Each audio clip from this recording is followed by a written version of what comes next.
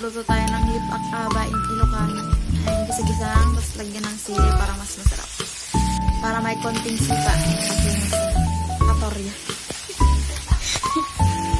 Ginisa na yung aba guys, nilinta na yan. Lagyan ng paminta. Tsaka halu-haluin na naman. Lalagay yung gata. Coco mama. Baka naman. Tsaka yung mampet, yung patis, lagyan ng patis yan.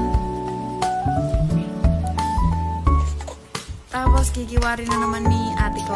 Yan. Tapos yan, nilagay na yung bangos. Lagay guys. Mas masarap yan kasi mamaya masarap na yan.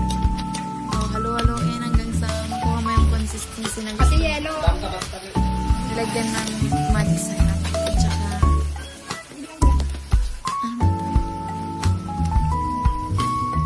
At saka, ayun, tapos na pala siya guys. Man. Ito na. Oh, nyam, nyam, nyam, nyam.